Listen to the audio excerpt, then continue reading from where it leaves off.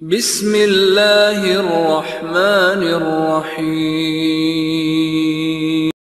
برادران اسلام، دینی اور ملی بھائیوں، نوجوان دوستوں، احباب اور بزرگوں، قابل احترام ماں اور بہنوں، عزیز بچوں، اللہ تبارک و تعالیٰ کے فضل و کرم سے، اس کی توفیق سے ہم آپ سلفی منہج کی حقیقت کے عنوان سے پچھلے کئی ہفتوں سے، مہینوں سے یہ سلسلہ پڑھ رہے ہیں، اور سلفی دعوت کے اصولوں میں سے ایک اصول یہ ہے کہ سنت کی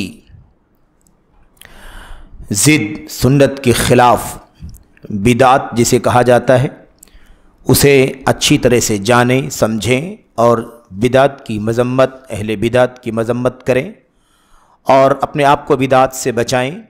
اسی طرح سے بدعات کو پہچانیں، بدعات کی شناخت کریں، اس کو جاننے کی کوشش کریں کہ بدعت کیا ہے۔ گہری نظر ہماری اور آپ کی ہونی چاہیے بدعات پر، تاکہ ہماری سنت کی راہ متاثر نہ ہو جائے۔ اور اس کے لیے جو سب سے زیادہ اہم اور بنیادی راستہ ہے وہ یہ ہے کہ ہم کتاب و سنت، سلف صالحین، حضرات صحابہ کرام، تابعین، تبع تابعین، ان کے نقش قدم پر چلنے والے جو امت کے علماء آج تک ہیں اور قیامت تک آتے رہیں گے، ان علماء کرام کی تعلیمات، تصریحات، ہدایات کی روشنی میں بدعات کو پہچاننے کے قواعد اور اس کے اصولوں کو سمجھیں۔ بدعات کے پہچاننے کے جو قواعد ہیں، ان قواعد کو سمجھیں تاکہ اچھی طرح سے جب بھی ہمارے سامنے کوئی بدعت آئے تو ہمیں اس کے پہچاننے میں دشواری نہ ہو۔ اس سلسلے کے کئی ایک قواعد پر آپ کے سامنے اس سے پہلے گفتگو ہو چکی ہے۔ آج بھی انشاءاللہ تبارک و تعالیٰ اسی سلسلے کی کچھ باتیں آپ کے سامنے رکھی جائیں گی، اور امید کرتے ہیں کہ آئندہ 1 سے 2 درسوں میں یہ باتیں انشاءاللہ تبارک و تعالیٰ مکمل ہوں گی، یعنی بدعات کی پہچان سے متعلق باتیں۔ چونکہ بدعات کے پہچاننے کے جو قواعد ہیں اسے کتاب و سنت کے دلائل اور سلف امت کی تصریحات کی روشنی میں جب امت کے پختہ علم اور گہری بصیرت رکھنے والے غیرت مند علماء نے جب اسے جمع کیا، اکٹھا کیا، تو وہ کل تقریباً 23 قاعدے بن گئے۔ 23 قاعدے یعنی 23 قواعد کے ذریعے سے ہم بدعات کی پہچان کر سکتے ہیں، اور جب بدعات کی پہچان کر لیں گے تو اس سے بچنا بھی ہمارے لیے آسان ہو جائے گا۔ اس سے پہلے جو قواعد ہم نے پڑھے ہیں وہ تقریباً کل 15 قواعد ہم نے پڑھ لیے ہیں۔ آج ہمارے سامنے 16واں قاعدہ اور اس کے بعد کے جو قواعد ہیں وہ انشاءاللہ آئیں گے۔ ممکن ہے 2-3 قواعد پر انشاءاللہ ہم روشنی ڈالیں گے۔ اللہ سے دعا کرتے ہیں کہ اللہ عز و جل ہمیں اور آپ کو بدعات کی معرفت، بدعات کی پہچان کی فکر کرنے کی توفیق عطا فرمائے، اور بدعات کی پہچان کے جو قواعد ہیں اسے اچھی طرح سے سمجھنے اور اسی طرح سے اسے ازبر کر کے بدعات کی پہچان کی توفیق عطا فرمائے، اور پھر بدعات سے بچنے کی اللہ تعالی ہمیں توفیق دے۔ ہمارے سامنے جو 16واں جو قاعدہ ہے وہ قاعدہ یہ ہے، بدعات کی پہچان، ایک پہچان یہ بھی ہے کہ اگر کفار، اور کفار کے اندر ہر طرح کے کفار شامل ہیں، خواہ وہ ایسے کفار ہوں جو پہلے اللہ تبارک و تعالیٰ کی طرف سے آسمانی دین، آسمانی شریعت سے نوازے گئے، ان کے یہاں اللہ تبارک و تعالیٰ کی طرف سے رسول اور نبی آئے، چاہے وہ ہوں، کیونکہ اسلام کے پہلے جو کچھ ہے، جو کچھ تھا، اسلام کی آمد کے بعد وہ سب ختم ہو چکا ہے۔ تو حضرت موسیٰ علیہ السلام کی شریعت بھی ختم ہو گئی، عیسیٰ علیہ السلام کی شریعت بھی ختم ہو گئی۔ ایسے ہی جو ادیان، مذاہب لوگوں نے اپنی طرف سے وضع کر لیے ہیں، بنا لیے ہیں، جس کی آسمانی ہونے کی کوئی دلیل نہیں ہے کہ وہ آسمانی شریعت ہے، آسمانی دین ہے۔ مثال کے طور پر شرک ہے، بت پرستی ہے، یا ایسے ہی بدھزم ہے، جینزم ہے، یا اور بھی ہے، آگ کی پوجا کرنے والے ہیں۔ مثال کے طور پر سورج، چاند، ستاروں کی پوجا کرنے والے بھی ہیں۔ الگ الگ ادیان، مذاہب لوگوں نے اپنی طرف سے وضع کر لیے، انسانوں کے بنائے ہوئے، انسانوں کے وضع کردہ گھڑے ہوئے جو ادیان، مذاہب ہیں، یہ سب کے سب کفر ہیں۔ تو کافر حضرات جو بھی کفار ہیں، ان کافروں کی مشابہت اختیار کرنا، ان چیزوں میں جو ان کفار کی خصوصیات میں سے ہے، جو کفار کی خصوصیات میں سے ہیں چیزیں، ان کی مشابہت اختیار کرنا۔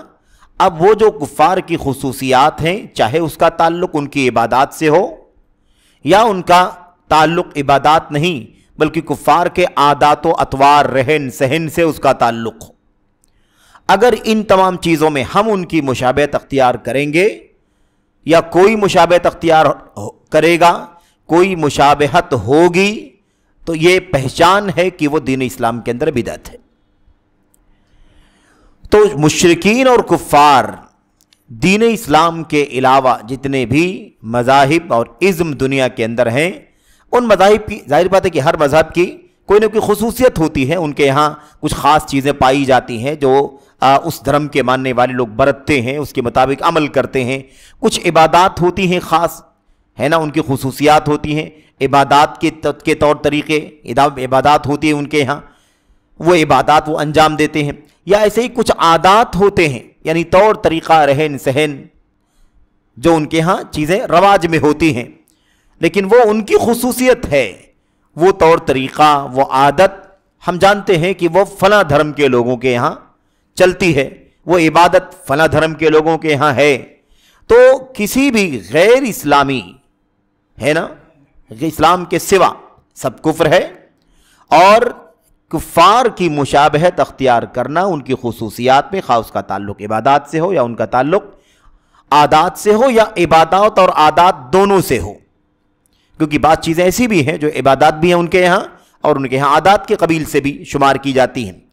تو اس میں جو مشابہت ہوگی وہ بدعت کہلائے گی، جو مشابہت ہوگی وہ بدعت کہلائے گی۔ اب آئیے اس سلسلے میں یہ تو قاعدے کا کہہ لیے کہ بالکل سرسری تذکرہ ہے کہ قاعدہ ہے کیا، اور پھر اس کے بعد اس کی کچھ مثالیں ہیں اور کچھ وضاحت ہے۔ انشاءاللہ تبارک و تعالیٰ اس سے مزید یہ باتیں ہمارے سامنے آج کھل کر کے آ جائیں گی۔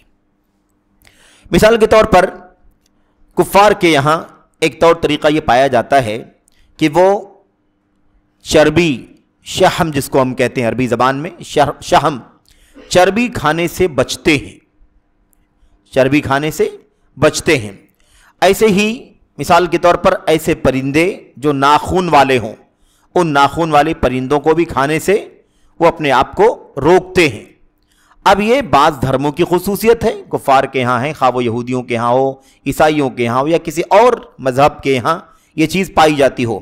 اب اگر کوئی بھی شخص اس طرح کا کوئی کام کرے تو اس کا مطلب یہ ہوگا کہ وہ اس دھرم کے لوگوں کی مشابہت اختیار کر رہا ہے۔ ہمارے دین میں کیا ہے؟ ہمارے دین میں جو جانور حلال ہیں، معقول اللحم ہے، جن کے گوشت کھائے جا سکتے ہیں، الحمدللہ ان کا گوشت حلال ہے تو ان کی چربی بھی حلال ہے، ہمارے یہاں کوئی پابندی تو ہے نہیں۔ تو اللہ تبارک و تعالیٰ کے دین میں، اسلام کے اندر کوئی پابندی نہیں۔ اب کسی اور دھرم کے اندر، چاہے وہ آسمانی ہو یا غیر آسمانی ہو، اگر اس کے یہاں اس طرح کی چیز پائی جاتی ہے تو ہم اگر اس کی مشابہت اختیار کریں گے یا کوئی مسلمان اس کی مشابہت اختیار کرے گا تو یہ مشابہت اختیار کرنا بدعت کہلائے گا۔ اب اگر ہمیں دکھائی دیتا ہے کہ بھئی فلاں کام مسلمان کر رہے ہیں، بعض مسلمان کر رہے ہیں، کچھ مسلمان کر رہے ہیں، اب جب ہم دیکھ رہے ہیں کہ وہ جو کام کر رہے ہیں وہ کیا ہے، وہ فلاں کام ہے، مثال کے طور پر چربی کھانے سے بچتے ہیں، چربی نہیں کھانا چاہتے، تو اب سوال پیدا ہوتا ہے کہ چربی نہ کھانے کی بات کہاں سے آئی؟ پتہ چلا کہ فلاں دھرم میں، فلاں مذہب کے اندر یہ چیز چلتی ہے، تو اب ہمیں فوراً معلوم ہو جانا چاہیے کہ کیا ہے یہ بدعت ہے۔ گناہ کا کام تو ہے ہی وہ، لیکن اس کے علاوہ کیا ہے؟ یہ اس سے کہیں زیادہ بڑھ کر کے وہ بدعت ہے، دین کے اندر ایک نئی چیز ہے جس کی اصل دین اسلام کے اندر موجود نہیں ہے۔ یہ ہو گئی ایک مثال۔ ایسی مثال کے طور پر اسی کی مثالوں میں اور مثالیں کیا ہیں؟ کفار کی جو عید ہوتی ہے، کفار کے جو تہوار ہوتے ہیں، ان کی جو عیدیں ہوتی ہیں، ان کے جو فیسٹیولز ہوتے ہیں جن میں وہ خوشیاں مناتے ہیں، یا ان کے جو خاص مواسم ہوتے ہیں، خاص موسم ہے نا، کوئی خاص وقت آئے گا، خاص ہفتہ آئے گا، سال کا فلاں دن آئے گا، فلاں مہینہ آئے گا، جس کے اندر وہ خاص قسم کے طور طریقے اختیار کرتے ہیں جن کو موسم کے نام سے یاد کیا جاتا ہے۔ اب کفار اور مشرکین جو بھی ہیں اسلام کے سوا سب، ان کی موافقت کرنا ان کے عیدوں میں، ان کے تہواروں میں، ان کے فیسٹیولز میں، یا ان کے کچھ خاص موسم، کچھ خاص دن، ہفتے، ایام، صبح شام جو ان کے ہاں چلتے ہیں، ان کی موافقت کرنا بھی یہ بھی کیا ہے؟ بدعت ہے. کیونکہ یہ تہوار جو ہوتے ہیں نا تہوار، یہ تہوار کسی بھی دھرم کا، کسی بھی دین کا بنیادی حصہ ہوتے ہیں اور اس دین کی پہچان اس سے ہوتی ہے.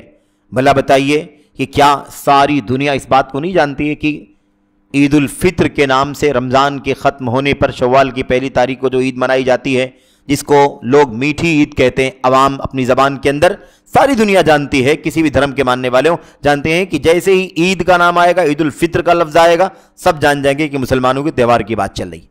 یعنی ہمارے دین اسلام کا وہ حصہ ہے، ہمارے دین اسلام کا وہ حصہ ہے. ایسے ہی عید الاضحیٰ، جس کو لوگ عام طور پر بقرعید کہتے ہیں اور ہم اور آپ عام طور پر عوام کے اندر بقرعید کے نام سے جانا جاتا ہے، اس کا نام عید الاضحیٰ ہے. عید الاضحیٰ ہے قربانی کی عید جس کو کہا جاتا ہے. اب ساری دنیا جانتی ہے کہ جب عید الاضحیٰ کا نام لیا جائے گا تو اس کا مطلب یہ ہوگا کہ مسلمان جو ہے نا دنیا کے اندر، مسلمانوں کے یہاں تہوار پایا جاتا ہے اس نام سے. ایسے ہی ہولی کا نام آئے، ہم جانتے ہیں کہ فلاں دھرم کے ماننے والوں کا دیوالی کا نام آئے، ہے نا، کرسمس کا نام آئے، ہے نا. ایسے ہی اور بھی جو بھی تہوار فیسٹیولز لوگوں کے یہاں چلتے ہیں، تو یہ جو تہوار ہوتے ہیں نا، یہ اصل میں کسی بھی دین کا حصہ ہوتے ہیں، کسی بھی دین کا حصہ ہوتے ہیں. ہمارا الحمدللہ اللہ تعالیٰ نے ہمیں اور آپ کو 2 عیدیں عطا فرمائی، عید الفطر، عید الاضحیٰ. یہ ہمارے دین کا حصہ ہے. ہم اس کو جب مناتے ہیں تو ہم اجر کے نام سے، ثواب کے نام سے مناتے ہیں.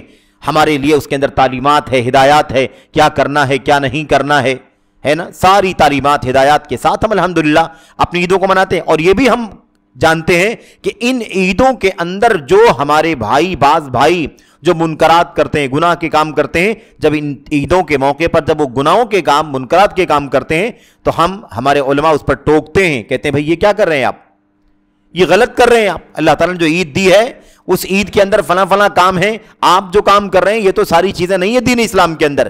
اس کا مطلب وہ عید تہوار دین کا حصہ ہے اور اس کے اندر جو چیزیں لوگ بڑھاتے گھٹاتے ہیں وہ دین اور شریعت کی مخالفت کہلاتی. تو یہ بات ہم اچھی طرح سے جانتے ہیں. اب یہ اور بات ہے کہ کسی بھی دھرم کے اندر بشمول دین اسلام سمیت ہر دھرم کے اندر کچھ نہ کچھ چیزیں اس دھرم کے ماننے والوں نے ادھر سے ادھر سے بڑھا لی ہیں. ادھر سے ادھر سے کیا کر لی ہیں؟ بڑھا لی ہیں. یعنی وہ عید، وہ تہوار اس دین کے اندر ہے نہیں، لیکن اضافہ کر لیا ہے، جس کو ہم اصطلاح کے طور پر اگر جانیں تو اسی کو ہم بدعت کہتے ہیں. یعنی کوئی ایسی عید لائی جائے جو عید اس دین کے اندر نہیں ہے تو وہ بدعت کہلائے گی، ہے کہ نہیں؟ تو ایسے ہی جیسے ہمارے دین اسلام کے اندر عید الاضحیٰ، عید الفطر کے علاوہ جو عیدیں بڑھا لی ہیں مسلمانوں نے، بعض مسلمانوں نے، اسے ہم بدعت کہتے ہیں. جانتے ہیں کہ دین اسلام کے اندر نہیں ہے، اس کا اضافہ کیا گیا ہے. ایسے ہی یہودیت کے اندر بھی جو عیدیں یہودیت کی ہیں، موسیٰ علیہ السلام نے انہیں بتلایا، تورات کے اندر وہ باتیں بتلائی گئیں، وہ عیدیں تو یہودیوں کی عیدیں ہیں، لیکن یہودیوں نے کچھ عیدیں اپنی طرف سے اور بڑھا بھی لی ہیں. یعنی یہودیت کے اندر وہ بدعتیں ہیں، یہودیت کے اندر کیا ہے؟ وہ بدعت ہیں. ایسے عیسائیت کی آپ مثال لے لیجئے، کچھ عیدیں ایسی ہیں جو عیسیٰ علیہ السلام نے بتلائی، تورات کے انجیل کے اندر اللہ تبارک و تعالیٰ نے اتاری. وہ عیدیں ان دھرم کے لوگوں کے لیے دین کی عیدیں تھیں، سنت کی عیدیں تھیں، ان کا صحیح طور طریقہ تھا، ہے نا. لیکن عیسائیوں نے بھی بہت ساری عیدیں بڑھا لی ہیں اپنی طرف سے، وہ عیسائیوں کے یہاں بدعت ہیں. بات سمجھ میں آ رہی ہے؟ کہنا یہ بات اس لیے کہی جا رہی ہے کیونکہ ہم کیا بات کر رہے ہیں؟ بات یہ کر رہے ہیں کہ عیدیں دین کا حصہ ہوتی ہیں. تہوار، خوشی کی مناسبتیں، فیسٹیولز جو ہوتے ہیں وہ کسی بھی دین کے اندر شامل ہوتے ہیں، دین کا حصہ ہوتے ہیں. تو یہ تو دین کا حصہ ہیں، لیکن کچھ چیزیں ہر دھرم کے لوگوں میں سے کچھ لوگ بڑھا لیتے ہیں. بدعت جن کو کہا جاتا ہے وہ اس دین کے اندر بدعت کہلاتے ہیں. تو وہ اللہ تبارک و تعالیٰ کے دین کا حصہ نہیں مانے جائیں گے، دین کا حصہ نہیں مانے جائیں گے.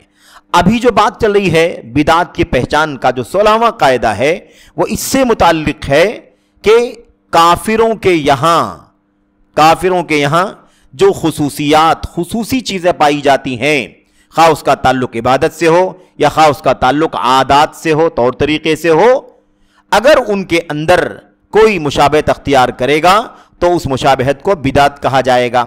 ابھی یاد رکھیں کہ یہ ہم بات کر رہے ہیں کافروں کے دین، دھرم، ان کے مذہب کے اندر جو عبادات یا معاملات پائے جاتے ہیں ان کی مشابہت اختیار کرنا. اس کے بعد والا قاعدہ جو آئے گا 17واں قاعدہ، اس میں اس پر بات ہوگی کہ دین اسلام کے علاوہ جو دوسرے مذاہب ہیں ان کے ماننے والوں نے جو اپنے اپنے دھرموں میں بدعتیں ایجاد کر لی ہیں، اگر کوئی شخص ان بدعتوں کی مشابہت اختیار کرے گا تو وہ بھی بدعت کہلائے گا دین اسلام کے اندر۔ ابھی 16واں قاعدہ کیا ہے؟ پچھلے ادیان، مذاہب، دھرم جو دنیا کے اندر پائے جاتے ہیں، آسمانی یا غیر آسمانی، ان کی خصوصیات، عبادات، عادات، طور طریقہ، ان کی مشابہت اختیار کرنا یہ بدعت ہے۔ اب اس کی مثالیں آپ کے سامنے چل رہی ہیں۔ اب کافروں کے ہاں عیدیں ہیں، تہوار ہیں، مثال کے طور پر یہودیت عیسائیت کی مثال پہلے لے لیتے ہیں، جو آسمانی مذاہب ہیں۔ آسمانی مذاہب، ان آسمانی مذاہب کے اندر اللہ تبارک و تعالیٰ نے کچھ تہوار رکھے، ان تہواروں کی مشابہت اختیار کرنا یہ دین اسلام کے اندر بدعت کہلائے گا، گرچہ وہ موسیٰ علیہ السلام کا بتایا ہوا ہو، تورات کے اندر اترا ہوا ہو، انجیل کے اندر اترا ہوا ہو، عیسیٰ علیہ السلام کی بتائی ہوئی سنت کیوں نہ ہو، لیکن اگر اس میں مسلمان مشابہت اختیار کرے گا تو وہ بدعت کہلائے گا۔ ٹھیک ہے، اب بہت سارے تہوار ہیں، ہمیں اس سے بہت زیادہ مطلب نہیں ہے کہ ان کے ہاں کون کون سے تہوار پائے جاتے ہیں، ہے نا؟ ان کے نیروز یا نوروز کے نام سے، شعانین کے نام سے، اور بہت سارے ہیں، اس طرح کے تہوار بہت سارے پائے جاتے ہیں، تو ہمیں ان کی تفصیلات میں جاننے کی کوئی ضرورت نہیں ہے۔ یہ مطلق طور پر، عمومی طور پر کافی ہے کہ غیر مسلموں کے، کافروں کے تہواروں میں، خواہ اس کا تعلق غیر مسلموں کی خصوصیات میں، چاہے اس کا تعلق عبادات سے ہو یا عادات سے ہو، اس میں شرکت کرنا یا اس کی موافقت کرنا، مشابہت اختیار کرنا، یہ بدعت ہے۔ امام ذہبی رحمت اللہ علیہ فرماتے ہیں، کہتے ہیں اما مشابہت الذمہ اہل الذمہ فی المیلاد والخمیس والنیروز فبدعۃ وحشہ۔ امام ذہبی رحمت اللہ علیہ چوٹی کے امام ہیں، محدث ہیں، مورخ ہیں، جرح و تعدیل کے بھی امام ہیں، رجال پر بہت ساری کتابیں ہیں، سیرت نگار ہیں، مورخ ہیں۔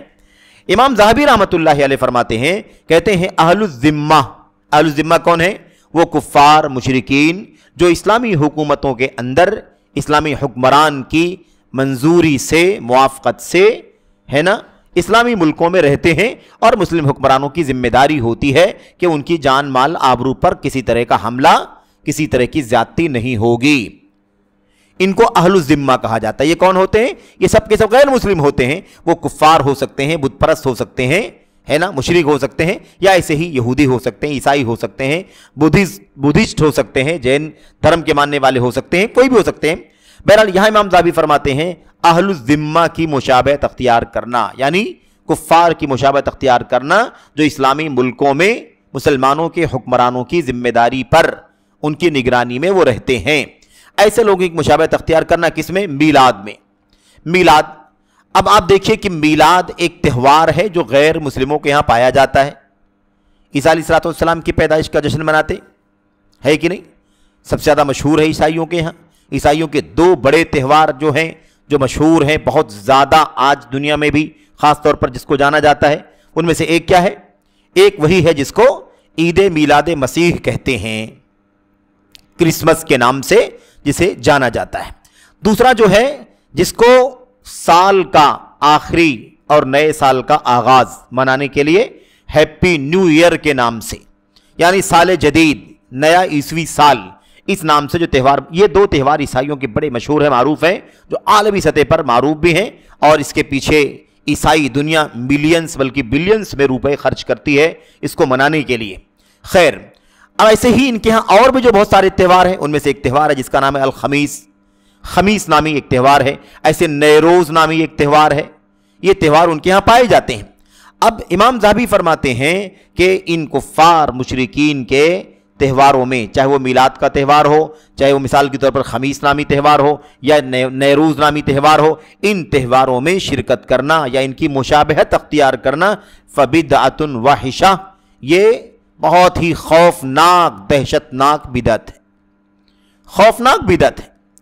تو اب آپ یہاں سمجھیں کہ جو بات بتائی گئی ہے وہ یہ بتلائی گئی ہے کہ یہ غیر مسلموں کی خصوصیات ہیں، یعنی ان کے دین کے اندر یہ چیزیں ہیں، ان کے دین کے اندر بدعت نہیں ہے، ان کے دین کے اندر اصل میں موجود ہیں، اور ان چیزوں میں سے کسی بھی چیز میں مشابہت اختیار کرنا یہ دین اسلام کے اندر بدعت کہلائے گا۔ اب آج مسلمانوں کا کوئی طبقہ، مسلمانوں کا کوئی فرد مثال کے طور پر اگر ان کی مشابہت اختیار کرے، مشابہت کیسے ہوتی ہے؟ مشابہت کئی طرح سے ہوتی ہے۔ مشابہت کبھی فزیکلی ہوتی ہے کہ آدمی براہ راست اس میں شرکت کرتا ہو، یا مشابہت اس میں بھی ہوتی ہے کہ انسان اس کے لیے مالی تعاون دیتا ہو۔ مشابہت اس کے ذریعے سے بھی ہوتی ہے کہ انسان اس کے لیے مبارکبادی پیش کرتا ہو، گریٹنگز کا، وشز کا تبادلہ کرتا ہو، یہ سب مشابہت کا حصہ ہے۔ ایسے ہی یہ بھی مشابہت ہے کہ اسی طرح کا کوئی طریقہ اسلام کے اندر بنا لیا گیا ہو، اسی طرح کا کوئی طریقہ اسلام کے اندر بنا لیا گیا۔ مثال کے طور پر عیسیٰ علیہ السلام کا یوم پیدائش مناتے ہیں عیسائی، تو اب اسی طرح سے مسلمان اپنے نبی کی یوم پیدائش منانا شروع کر دیں، یہ بھی کیا ہے؟ یہ بھی مشابہت ہے، یہ بھی مشابہت ہے۔ تو مشابہت کی کئی شکلیں ہیں، ان میں سے کسی بھی شکل میں اگر مشابہت ہوگی تو آپ ایک قاعدہ جان لیں، ایک پرنسپل، ایک اصول جان لیں کہ اسے بدعت کہا جائے گا۔ یہ پہچان ہے، یہ بدعت کی پہچان ہے کہ غیر مسلموں کی خصوصیات میں مشابہت ہوئی تو وہ بدعت کہلائے گی۔ علامہ ابن تیمیہ رحمۃ اللہ علیہ اس سلسلے میں بات کرتے ہوئے کہتے ہیں کہ کل ما یشابہون فیہ من عبادہ او عادہ او کلیہما وہو من المحدثات فی ہذہ الامہ۔ عیسائی، یہودی، کفار، مشرکین، بت پرست، کسی بھی آسمانی غیر آسمانی مذاہب کے ماننے والے لوگ ہوں، کہتے ہیں کہ ان میں سے کسی بھی چیز میں جس میں بھی مسلمان مشابہت اختیار کریں گے، چاہے وہ غیروں کی عبادت ہو یا غیروں کی عادت اور ان کا طور طریقہ ہو، یا غیروں کی عبادت اور عادت دونوں چیزیں ہوں، ہوا من المحدثات فی ہذہ الامہ، وہ اس امت میں بدعات میں شمار ہوگا۔ وہ اس امت میں کیا شمار ہوگا؟ محدثات، نئی ایجاد کی ہوئی چیز، اسلام میں نئی ایجاد کردہ چیز شمار ہوگی۔ ومن البدع، اور بدعات میں سے شمار ہوگی۔ اذ الکلام فی ما کان من خصائصہم، کیونکہ بات جو چل رہی ہے اسی بارے میں چل رہی ہے کہ جو غیر مسلموں کی خصوصیات ہیں، ان کی عبادات، عادات وغیرہ، یہ سب بدعت کہلاتی ہیں۔ بہرحال یہاں پر بات سمجھنے کی یہ ہے کہ یہ چیزیں غیر مسلمانوں کی مشابہت سے تعلق رکھتی ہیں، غیر مسلمانوں کے غیر مسلموں سے مشابہت سے تعلق رکھنے والی چیزیں ہیں، اور اس میں کوئی شک نہیں ہے کہ غیر مسلمانوں سے مشابہت اختیار کرنا ان کی خصوصیات میں، عبادات میں، عادات میں، ان تمام چیزوں کے اندر یہ دین اسلام کے اندر بدعت ہے۔ کیوں؟ اس لیے کہ دین اسلام کی یہ بنیادوں میں سے ایک بنیاد ہے کہ غیر مسلمانوں کی مشابہت کے بجائے ان کی مخالفت کی جائے۔ یہودیوں کی مخالفت کرنا دین کا حصہ ہے، عیسائیوں کی مخالفت کرنا دین کا حصہ ہے، مشرکین کی مخالفت کرنا دین کا حصہ ہے۔ ایسے ہی مجوسیوں کی مخالفت کرنا اور تمام غیر مسلموں کی مشابہت اختیار کرنے سے بچنا یہ ضروری ہے، اور ان کی مشابہت اختیار کرنے سے بچنا یہ دین کا حصہ ہے، یہ دین ہے۔ اللہ کے نبی علیہ السلام کی وہ ساری حدیثیں ہمارے سامنے، صرف اشارہ کرتا ہوں میں، آپ دیکھیے اللہ کے نبی نے کیا فرمایا؟ خالف الیہود والنصارى، یہودیوں اور عیسائیوں کی مخالفت کرو۔ کہیں آپ نے فرمایا خالف المجوس، آگ کی پوجا کرنے والوں کی مخالفت کرو۔ کہیں اللہ کے نبی علیہ السلام نے فرمایا خالف المشرکین، مشرکوں کی مخالفت کرو۔ تو مشرکین کی، یہودیوں کی، عیسائیوں کی، مجوسیوں کی، آگ کی پوجا کرنے والوں کی مخالفت کرنے کا حکم دیا ہے دین اسلام نے۔ کیوں؟ اسلام آیا ہے سارے ادیان، مذاہب کو ختم کرنے کے لیے۔ دنیا میں اکیلا واحد مذہب رہے گا، اس کے سوا سب کچھ کفر مانا جائے گا۔ تو بھلا کسی غیر اسلامی تہذیب سے، کلچر سے، یا ان کی عبادت سے، ان کی عادت سے، طور طریقے سے، رہن سہن سے ان کی مشابہت، موافقت کیسے اختیار کی جا سکتی ہے؟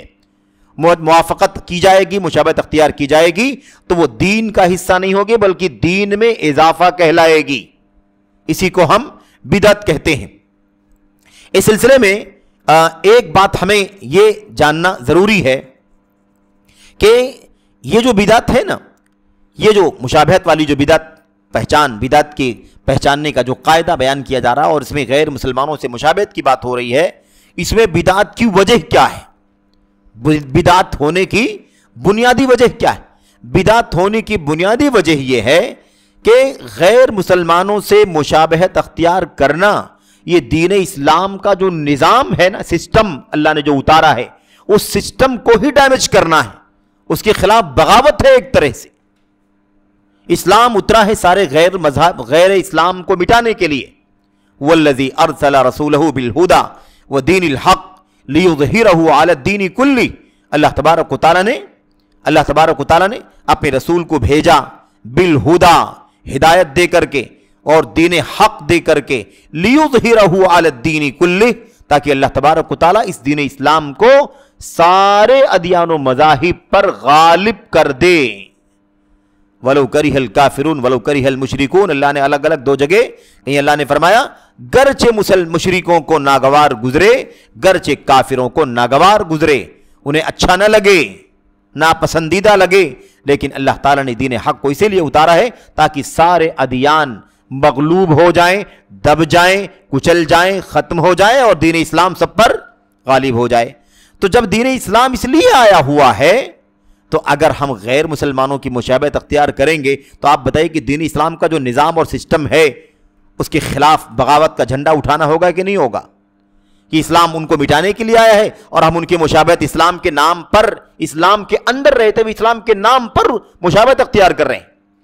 اس لیے یہ دین اسلام کے نظام کے خلاف بغاوت ہے، اور اس کے نتیجے میں یعنی غیر مسلمانوں کی کسی بھی چیز کی مشابہت اختیار کرنے سے اسلام کمزور ہوتا ہے، اسلام مٹتا ہے، اسلامی احکام، اسلامی قوانین جو ہوتے ہیں وہ مجروح ہوتے ہیں، اور اس کے نتیجے میں کفر پھیلتا ہے نا، شرک پھیلتا ہے، بدعقیدگی پھیلتی ہے، غالب ہوتی ہے، معاصی اور منکرات کا چلن عام ہوتا ہے۔ اور اسی طریقے سے بالکل ایسے ہی جیسے اللہ تبارک و تعالیٰ کے دین پر، قرآن و سنت پر اور سلف امت کے منہج پر چلنے سے دین اسلام غالب ہوتا ہے، ایسے غیروں کی مشابہت اختیار کرنے سے دین اسلام دبتا ہے، کمزور ہوتا ہے۔ اس لیے ایسا کرنا دین اسلام کی کے نظام کی مخالفت ہے، دین اسلام کے سسٹم کے خلاف بغاوت۔ اچھا، یہاں پر تھوڑی سی وضاحت کے لیے اور کچھ باتیں یہاں پر ذکر کر رہے ہیں، میں بھی اس کا خلاصہ آپ کے سامنے ذکر کر دیتا ہوں۔ اتنی جو بات آپ کے سامنے آئی، اس سے یہ بات ہو گئی کہ اسلام جب آیا ہے تو غالب ہونے کے لیے آیا ہے، اور نبی کریم صلی اللہ علیہ وسلم کو جو مبعوث کیا گیا تھا، بھیجا گیا تھا، اس مبعوث کیے جانے، بعثت نبی بنا کر کے بھیجے جانے کا جو مقصد تھا، جو ہدف تھا، اس میں ایک مقصد اور ایک ہدف یہ بھی تھا کہ اسلام آئے تو غیر اسلامی جتنے بھی چیزیں ہیں وہ تمام کی تمام ختم ہو جائیں، ناپید ہو جائیں۔ یہ نبی علیہ الصلوۃ والسلام کی بعثت کا مقصد تھا، بعثت کا مقصد تھا۔ کیوں؟ اللہ کے نبی نے کیا فرمایا؟ بعثت، بلکہ اس کے علاوہ اللہ کے نبی نے کیا فرمایا؟ آپ نے فرمایا صلی اللہ علیہ وسلم نے، امرت ان اقاتل الناس حتی یشہدوا ان لا الہ الا اللہ وانی رسول اللہ فاذا فعلوا ذلك عاصموا منی دماءهم واموالهم وحسابهم علی اللہ۔ اللہ کے نبی علیہ الصلوۃ والسلام نے فرمایا کہ مجھے حکم دیا گیا ہے کہ میں جب تک دنیا میں ہوں، نبوت کا تاج مجھے دیا گیا ہے، میں لڑتا رہوں یہاں تک کہ لوگ اس بات کی گواہی دیں کہ اللہ کے سوا کوئی سچا عبادت کے قابل نہیں ہے، اور میں محمد صلی اللہ علیہ وسلم اللہ کا رسول ہوں۔ جب تک یہ گواہی نہ ہو جائے تب تک مجھے لڑتے رہنے کا حکم دیا گیا ہے۔ یہ اللہ کے نبی کے بھیجے جانے کا مقصد ہے۔ اللہ کے نبی بیان فرماتے ہیں کہ مجھے اللہ نے یہ حکم دے کر کے بھیجا ہے۔ تو اللہ کے نبی علیہ السلام کی بعثت کے مقاصد میں سے ایک مقصد تھا یہ کہ دنیا سے شرک کا خاتمہ ہو جائے، نفس پرستی کا، بدعات کا خاتمہ ہو جائے، توحید الہ اور سنت محمد صلی اللہ علیہ وسلم پر، طریقے محمدیہ پر ساری امت آ جائے۔ یہ نبی کریم صلی اللہ علیہ وسلم کا میرے بھائیوں فریضہ منصبی تھا۔ اس فریضے کی ادائیگی کے لیے اللہ کے نبی علیہ السلام کی بعثت ہوئی تھی۔ اب یہ جو مسئلہ چل رہا ہے غیر مسلمانوں کی مشابہت اختیار کرنا، یہودیوں کی، عیسائیوں کی، یہ مسئلہ کیا ہے؟ یہ مسئلہ دیکھیے، مسئلہ کیا ہے؟ یہودیوں کو اگر آپ سمجھیں، اگر یہودیوں کا بات یہودی عیسائی کی پہلے ہم کر رہے ہیں کیونکہ یہ اہل کتاب ہیں، یہ اہل کتاب ہیں، ان کے پاس تورات آئی، انجیل آئی، موسیٰ اور عیسیٰ علیہ الصلوۃ والسلام جیسے اللہ تعالیٰ کے برگزیدہ اور پسندیدہ مصطفیٰ مختار انبیاء آئے، ان کی بات پہلے کرتے ہیں۔ اب یہودیوں کا مسئلہ یہ ہے کیسے ان کی مخالفت نہ کی جائے، ان کی مشابہت کیوں اختیار کی جائے، کیسے اختیار کی جاتی کی جا سکتی ان کی مشابہت، ان کا حال کیا ہے دیکھو۔ کہتے ہیں اسے سمجھنے کے لیے یہ دیکھو کہ یہودیوں کو ہم اس نام سے جانتے ہیں، یہودی اس نام سے معروف ہیں کہ یہ حرام چیزوں کو حلال قرار دیتے تھے، حرام چیزوں کو حلال قرار دیتے۔ اللہ نے سود حرام کیا یہودیوں کے ہاں بھی، ان لوگوں نے سود کو حلال کر دیا جو حرام تھا۔ ان کے ہاں سب سنیچر کو شکار کرنا حرام کیا گیا، ان لوگوں نے ہیلا کر کے اس کو حلال کر لیا، ہے کہ نہیں؟ اللہ تبارک و تعالیٰ نے یہودیوں کے ہاں چربی حرام کر دی کہ چربی تمہارے لیے حرام ہے، ان لوگوں نے کیا کر دیا؟ ان لوگوں نے اس حرام کو حلال کرنے کے لیے ہیلا اختیار کر لیا، اسے کھایا تو نہیں لیکن اسے گلا لیا، یعنی اسے کیا کر دیا؟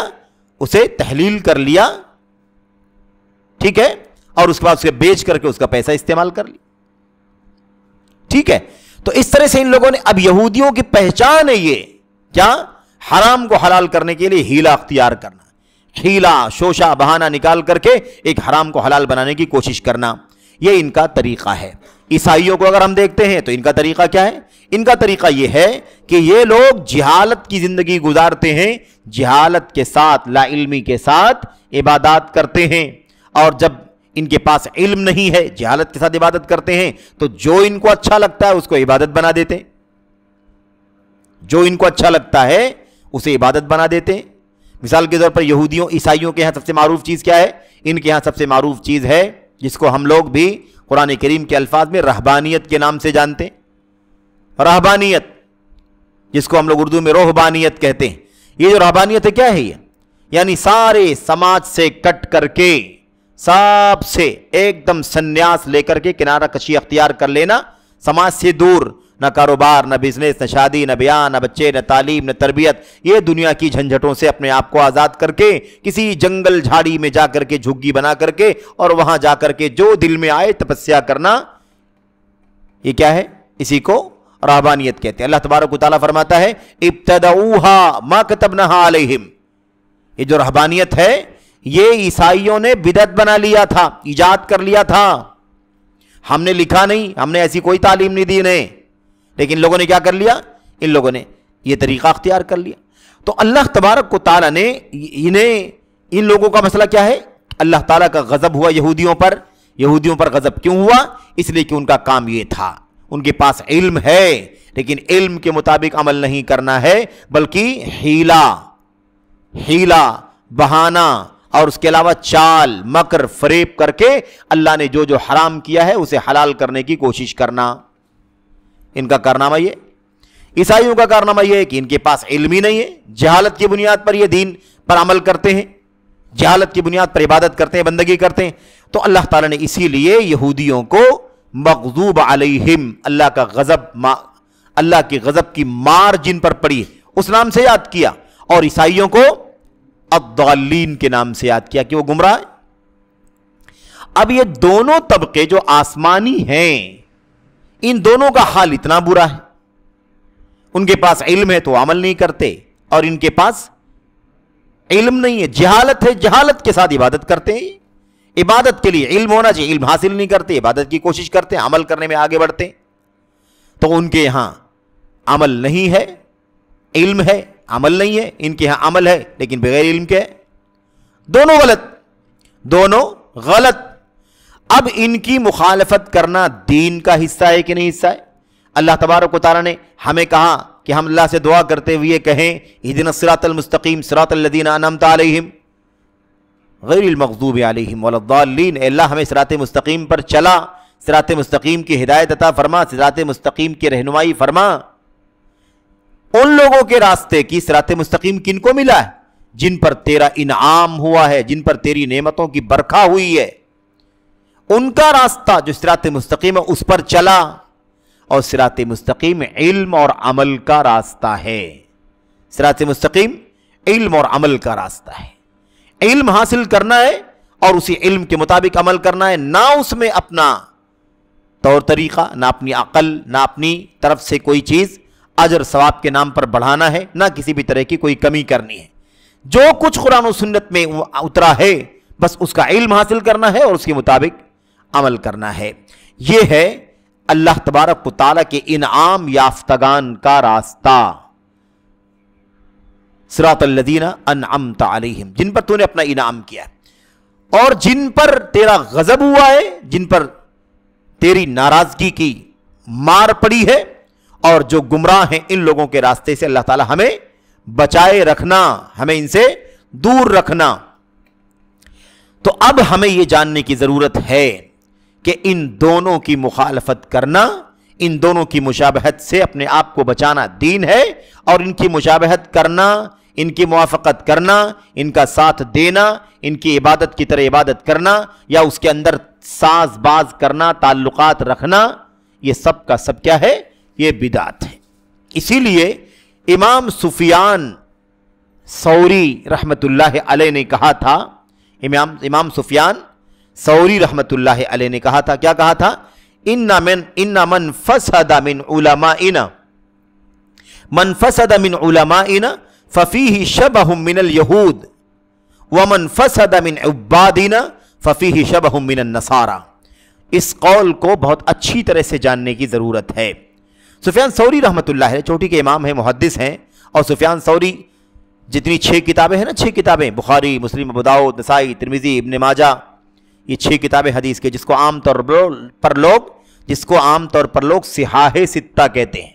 صحاح ستہ کا مطلب ہوتا ہے 6 صحیح حدیثوں کی کتابیں، لیکن یہ نام مناسب نہیں ہے، یہ نام مناسب نہیں ہے، بلکہ اس کا نام کیا ہے؟ کتب ستہ، یعنی حدیث کی 6 کتابیں۔ صحیح حدیثوں کی 6 کتابیں کہنا درست نہیں ہے، کیوں؟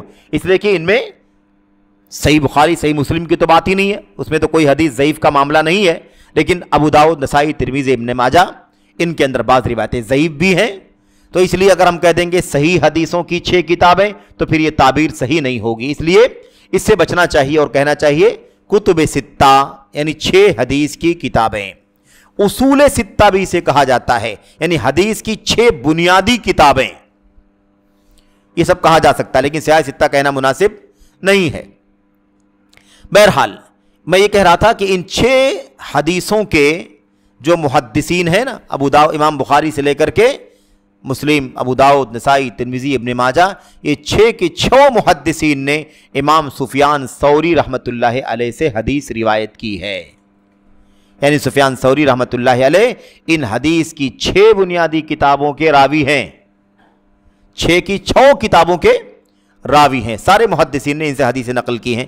چوٹی کے امام ہیں، عالم ہیں، امیر المؤمنین فی الحدیث کہا جاتا ہے، حدیث کے معاملے میں مومنوں کے، مسلمانوں کے امام، اس نام سے ان کو جانا جاتا ہے، چوٹی کے امام۔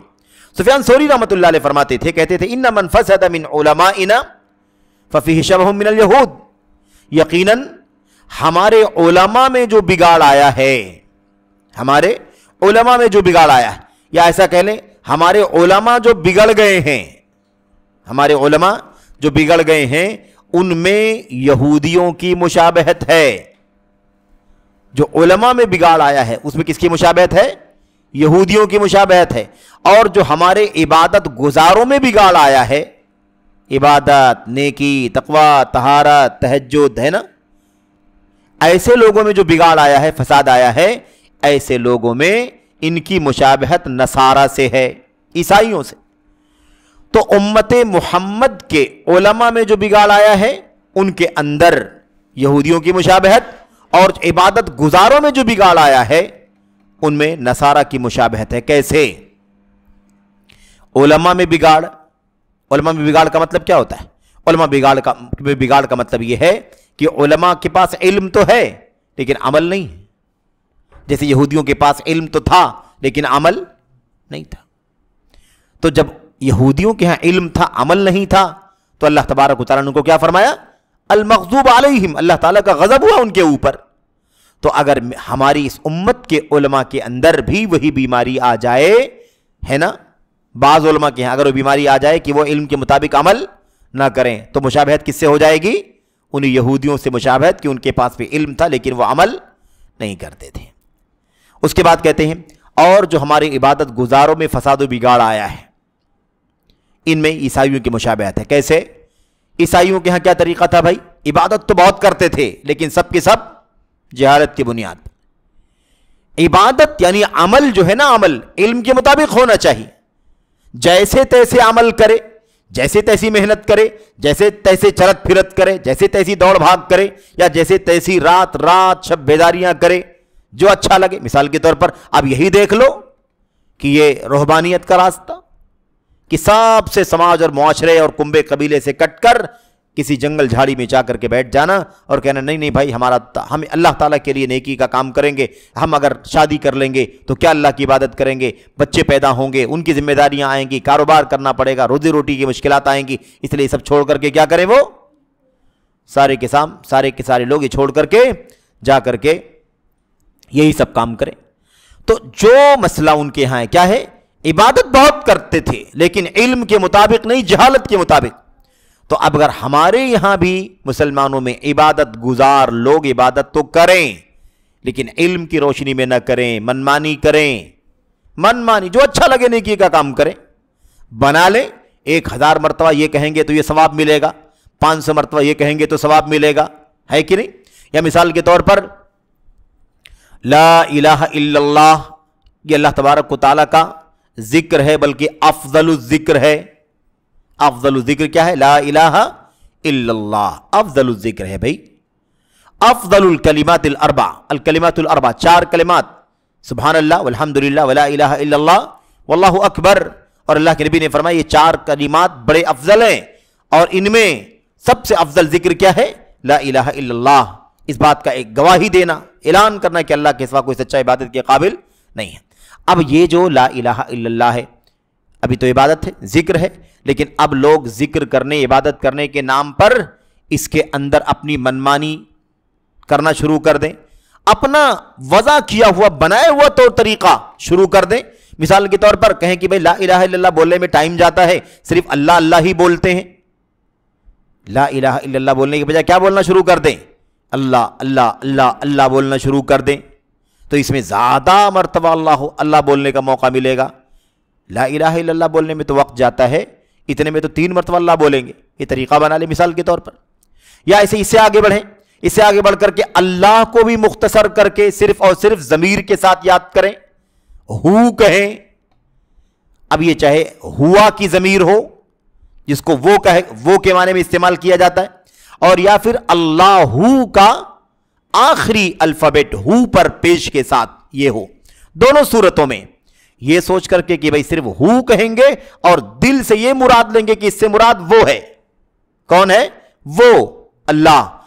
یہ طریقہ، اب عبادت تو ٹھیک ہے لیکن عبادت کرنے کا جو طریقہ ہے وہ جہالت۔ تو آپ بہت سارے لوگوں کے یہاں پائیں گے یہ طریقہ، مسلمانوں میں بھی جن کے یہاں یہ طریقہ چل پڑا ہے، وہ اللہ اللہ اللہ اللہ اللہ کہنے کو عبادت سمجھتے ہیں۔ یاد رکھیں صرف اللہ کا لفظ زبان پر لانا یہ کوئی ذکر نہیں ہے، صرف اللہ کا لفظ زبان سے کہنا یہ کوئی ذکر نہیں ہے۔ ذکر کب ہوگا؟ جب اللہ تعالیٰ کے بارے میں آپ بتائیں کہ اللہ کے سوا کوئی سچا معبود نہیں، اللہ تبارک و تعالیٰ پاک ہے، اللہ تبارک و تعالیٰ سے میں استغفار کرتا ہوں، اللہ کے سوا کسی کو قوت نہیں، اللہ کے سوا کوئی سچا معبود نہیں۔ مثال کے طور پر اللہ تبارک و تعالیٰ سب سے بڑا ہے، کچھ کہیں گے تو ذکر ہوگا، وہ صرف اللہ کہنا کوئی ذکر نہیں ہے۔ بہرحال تو یہ بات یاد رکھیں کہ یہی ہے مسئلہ۔ اگر علماء میں بگاڑ آیا کہ علم والے ہیں لیکن عمل نہیں کرتے تو سمجھ لو کہ یہودیوں والی مشابہت، یہودیوں سے مشابہت ہو رہی ہے، کیونکہ یہودی علم والے تھے لیکن عمل نہیں کرتے تھے۔ اور اگر عمل کرنے میں بہت آگے ہیں لیکن علم کے مطابق عمل نہیں کرتے، جہالت کے ساتھ عبادت کرتے ہیں، تو ان کی مشابہت کس سے ہو رہی ہے؟ ان کی مشابہت عیسائیوں سے ہو رہی ہے، کیونکہ عیسائی بھی عبادت بہت کرتے تھے لیکن علم کے مطابق نہیں، بلکہ جہالت کے ساتھ جو سمجھ میں آتا تھا وہ کرتے تھے۔ یہ امام سفیان ثوری رحمۃ اللہ علیہ نے کہی ہے بات۔ اس سلسلے میں یہ جو قاعدہ ہم پڑھ رہے ہیں اس میں 2 باتیں سمجھنے کی ہے تاکہ کنفیوژن بھی نہ ہو، کنفیوژن نہ ہو، یعنی ایسا نہ ہو کہ ہم یہ سمجھ گئے کہ یہ بدعت کو پہچاننے کا ایک قاعدہ ہے، لیکن اسی سے جڑی ہوئی 2 باتیں ہمیں جاننا ضروری ہے، ورنہ اگر ہم اس کو نہیں جانیں گے تو اس کو بھی بدعت سمجھنا شروع کر دیں گے، جبکہ وہ بدعت نہیں ہے۔ آئیے پہلی بات کیا ہے؟ کوئی ایسی چیز ہو جو دونوں شریعتوں کے اندر ہو، یہودیوں کے یہاں بھی ہو اور اسلام کے اندر بھی ہو۔ عیسائیوں کے اندر بھی ہو، اسلام کے اندر بھی ہو، اگر کوئی عبادت ایسی ہے جو وہاں بھی یہاں بھی ہے، کوئی طور طریقہ جو وہاں بھی ہے اور یہاں بھی ہے، تو ایسی صورت میں اس پر عمل کرنے کو بدعت نہیں کہا جائے گا، اس پر عمل کرنے کو بدعت نہیں کہا جائے. کیوں؟ اس لیے کہ وہ اس کی اصل دین اسلام کے اندر موجود ہے، اس لیے اس کو بدعت نہیں کہیں گے. یعنی ہمارے یہاں بھی مشروع ہے اور ان کے یہاں بھی مشروع ہے. اس کی ایک مثال، معروف جو مثال ہے وہ کیا ہے؟ عاشورہ کا روزہ ہے.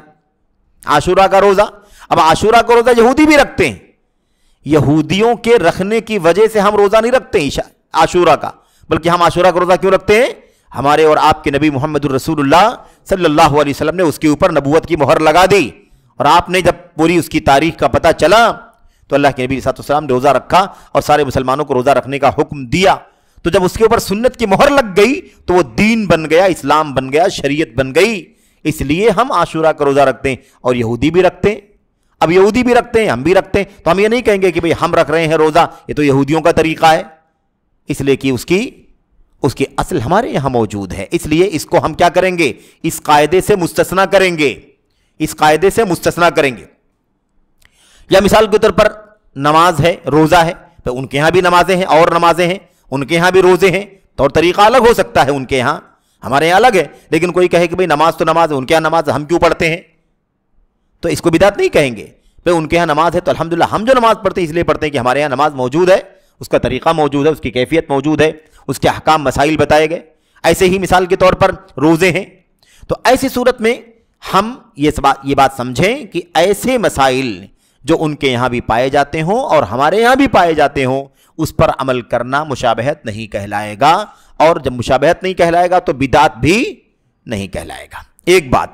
دوسری چیز یہ ہے کہ ایسے مسائل، ایسی چیزیں جن کے اندر خصوصیت نہیں پائی جاتی ہے، یعنی کچھ ایسے کام ہو سکتے ہیں جو یہودی کرتے ہیں، عیسائی کرتے ہیں، مشرکین کرتے ہیں، مجوسی کرتے ہیں، مسلمان بھی کرتے ہیں، یعنی اس کا تعلق کسی دھرم کی خصوصیت سے نہیں ہے، وہ ایسی چیز ہے جو کامن ہے، ایسی چیز ہے جو کامن ہے، عام ہے، لوگوں کے ہاں عام ہے.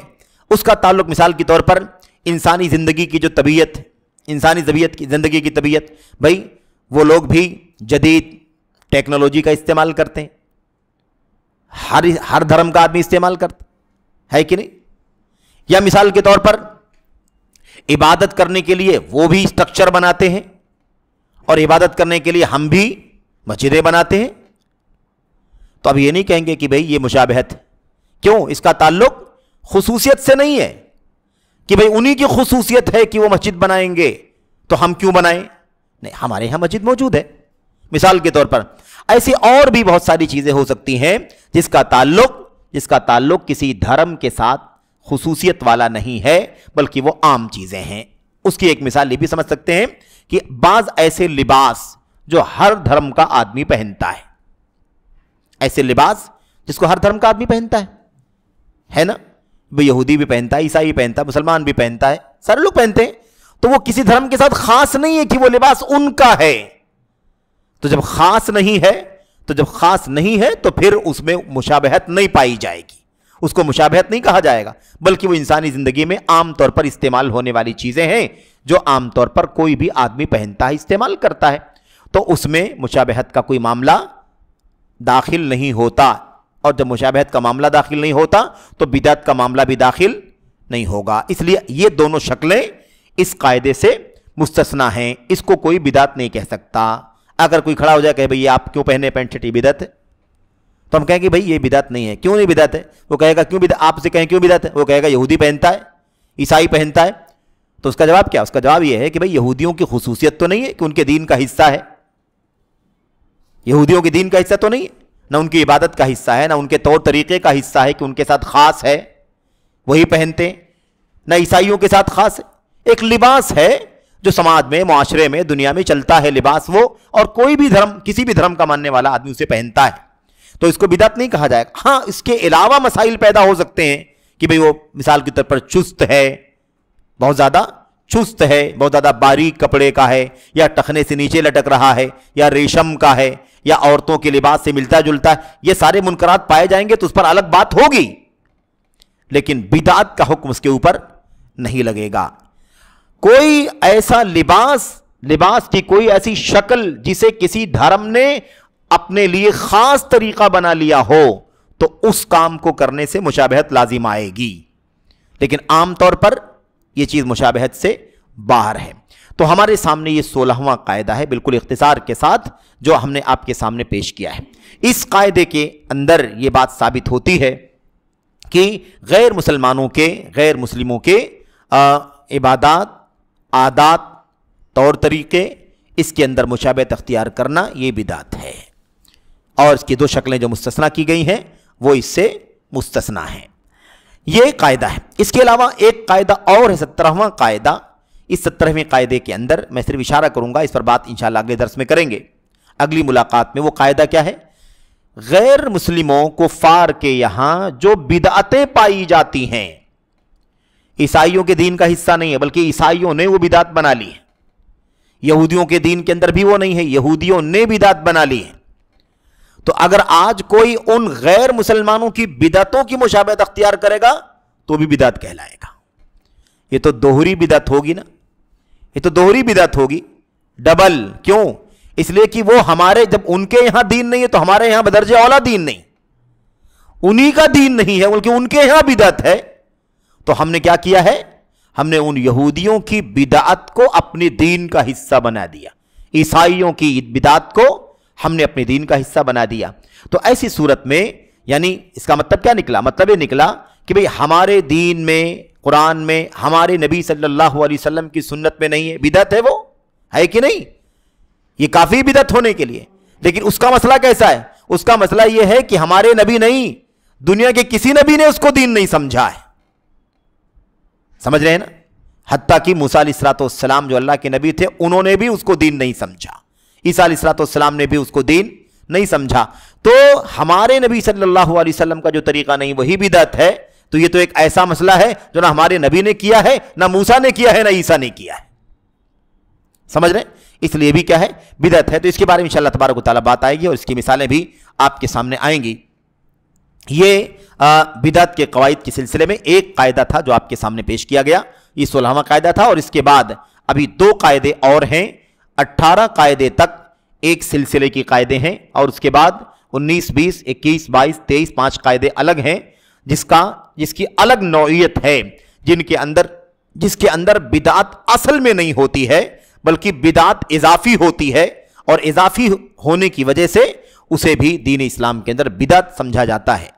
اور بدعتیں بہرحال بدعت ہیں، خواہ اصل کام کے اندر بدعت ہو، یعنی اصل کام ہی دین کا نہ ہو، یا اصل کام دین کا ہو لیکن اس کی صفت، اس کی تعداد، اس کا طور طریقہ، اس کا انداز ہے نا، یا اس کا وقت، اس طرح کی چیزیں اس میں ایڈ کر دی گئی ہوں جس کی وجہ سے وہ چیز کیا ہو جائے گی؟ بدعت ہو جائے گی۔ اس کا تذکرہ انشاءاللہ تبارک و تعالیٰ اگلی مجلس میں آپ کے سامنے آئے گا۔ اللہ سے دعا کرتے ہیں کہ اللہ تبارک و تعالیٰ ہمیں اور آپ کو بدعت کی پہچان کے جو قواعد ہیں، ان قواعد کو پڑھنے کی، سمجھنے کی، اور اس سے اپنے آپ کو، ان قواعد کو سمجھنے کے ذریعے سے اللہ تعالیٰ ہمیں اپنے آپ کو بدعت سے بچانے کی اور لوگوں کو بھی اس سے آگاہ کرنے کی توفیق عطا فرمائے، اور اللہ تعالیٰ ہمیں اور آپ کو سنت کا شیدائی بنائے، سنت کا متلاشی بنائے، سنت کی جستجو کرنے کی اللہ تعالیٰ ہمیں اور آپ کو توفیق عطا فرمائے۔ قدم قدم سنت اور لمحہ لمحہ بدعت سے نفرت، یہ ہمارے دین کا حصہ، دین کا ہماری اور آپ کی زندگی میں دین کا بنیادی مقصد بن جانا چاہیے، کیونکہ اس وقت دنیا میں فتنے، فسادات، مسائل حد سے زیادہ بڑھ چکے ہیں۔ اگر ہم نے اپنے آپ کو اس طرح کے اصولوں میں، قواعد میں محصور نہیں کر لیا تو ہم نہ جانتے ہوئے، نہ چاہتے ہوئے بدعات میں مبتلا ہو جائیں گے، اور اللہ تبارک و تعالیٰ کا دین اور اجر و ثواب کا کام سمجھ کر کرتے رہیں گے، اور یہ ہمارے لیے بہت بڑے خسارے کا سبب ہوگا، کیونکہ جس چیز کا اجر ثواب ہم امید لگا کر کے بیٹھے ہوں کہ ملے گا، اور کل قیامت کے دن وہ کسی کام کی چیز نہ ہو، قابل قبول ہی نہ ہو، مردود ہو، نہ غیر مقبول ہو، بلکہ عمل کرنے والے کے منہ پر مار دی جائے، اس سے بڑا دیوالیہ اور اس سے بڑا خسارہ کچھ نہیں ہو سکتا۔ اللہ تبارک و تعالیٰ نے اس بات کو قرآن کریم کے اندر بیان فرمایا کہ سب سے زیادہ خسارہ، سب سے زیادہ گھاٹا اٹھانے والے وہ لوگ ہیں جنہوں نے دنیا کے اندر بہت کچھ عمل کیا ہے اور ان کا خیال تھا کہ اس کا ثواب ہمیں آخرت میں ملے گا، لیکن قیامت کا دن ہوگا تو اللہ تبارک و تعالیٰ انہیں رد کر دے گا، انہیں قبول ہی نہیں کرے گا، تو اس کا اجر و ثواب انہیں کہاں ملے گا؟ تو امید لگائے اگر ہم بیٹھے رہیں، بہت ساری نیکیاں، بہت سارا کار خیر، بہت سارا اجر ثواب کا کام، اور قیامت کے دن جب حساب و کتاب کا معاملہ ہو تو پتہ چلے کہ یہ چیزیں اللہ تبارک و تعالیٰ کے دین کا حصہ ہی نہیں تھی۔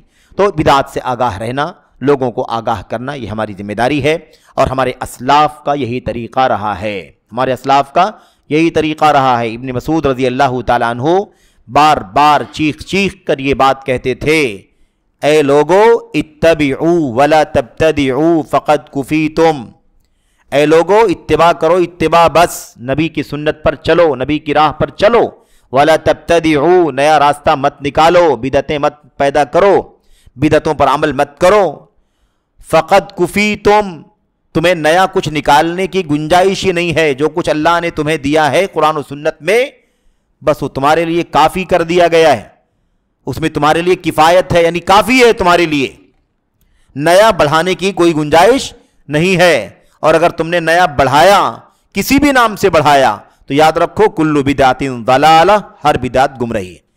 4 جملے میں ابن مسعود رضی اللہ تعالیٰ عنہ نے امت کو ساری نصیحتیں فرما دی، اتباع کرو، بدعتیں ایجاد مت کرو، بدعت پر عمل مت کرو، ہے نا۔ نمبر 3، تمہارے لیے دین جو کچھ ملا ہے اللہ کی طرف سے وہ کافی ہے، کفایت۔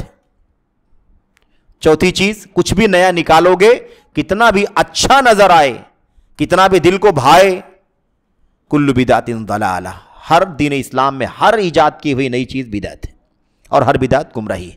تو 4 جملوں میں پورا فلسفہ دین اسلام کا کھول کر کے بیان کر دیا ہے۔ یہ ہمارے اسلاف کا طریقہ تھا، اور ہماری بھی ذمہ داری یہ بنتی ہے کہ ہم اس کے مطابق عمل کریں۔ اللہ سے دعا ہے کہ اللہ تعالی ہم سب کو اس کی توفیق عطا فرمائے، آمین رب العالمین، وصلی اللہ وسلم وبارک علی نبینا محمد وعلی آلہ وصحبہ اجمعین، والسلام علیکم ورحمۃ اللہ وبرکاتہ۔